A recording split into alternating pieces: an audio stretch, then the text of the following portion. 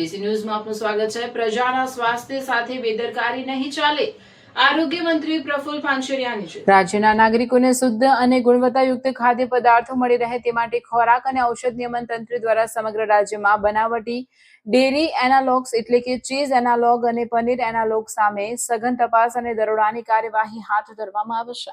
આ ઝુંબેશ દરમિયાન તારીખ 6 અને 7 ઓગસ્ટ 2026ના 2 દિવસમાં રાજ્યભરમાં કુલ 842 વેપારી પેઢીઓની આકસ્મિક તપાસ કરવામાં આવી હતી।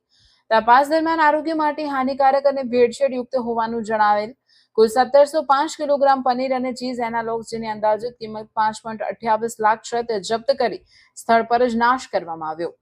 6 ઓગસ્ટે વડોદરા મ્યુનિસિપલ કોર્પોરેશન વિસ્તારમાંથી 471 કિલોગ્રામ, સુરતમાંથી 235 કિલોગ્રામ અને રાજકોટમાંથી 115 કિલોગ્રામ ડેરી એનાલોગ્સનો નાશ કરવામાં આવ્યો હતો। જ્યારે 7 ઓગસ્ટે જૂનાગઢ જિલ્લામાંથી સૌથી વધુ 585 કિલોગ્રામ, સુરતમાંથી 27 કિલોગ્રામ અને જામનગરમાંથી 29 કિલોગ્રામ જથ્થાનો નાશ કરવામાં આવ્યો।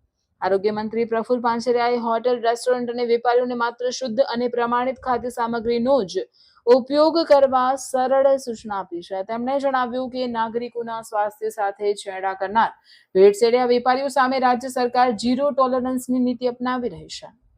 દૂધ, પનીર કે ચીઝના નામે બનાવટી એનાલોગ્સ વેચીને લોકોના સ્વાસ્થ્યને જોખમમાં મૂકનાર વેપારી કે ઉત્પાદક સામે કડક કાર્યવાહી કરવામાં આવશે। આગામી દિવસોમાં પણ એફડીસીએ દ્વારા આવી તપાસ અને દરોડાની કામગીરી ચાલુ રાખવામાં આવશે।